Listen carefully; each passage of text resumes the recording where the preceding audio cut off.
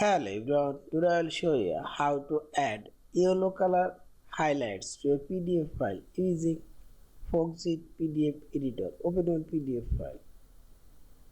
Now select this comment option, this menu bar, and here you will find this text highlight option and this one area highlight. First I will show text highlight. Click on this highlight option and this right sidebar. Here you will find this arrow.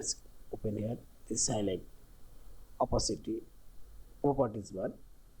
Now click on this custom color. You can select here yellow color and select your color. Now select OK. Now drag your mouse cursor and select your text you want to highlight and see this, and this is yellow color. Click here this color option and see this. Again I will highlight this area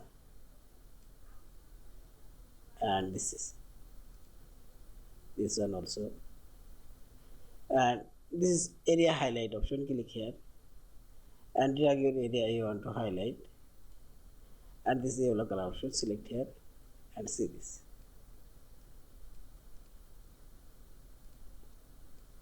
Yeah, this is, and finally select this file option, save or save as your PDF file. Thank you for watching. Please subscribe, like, share and comment.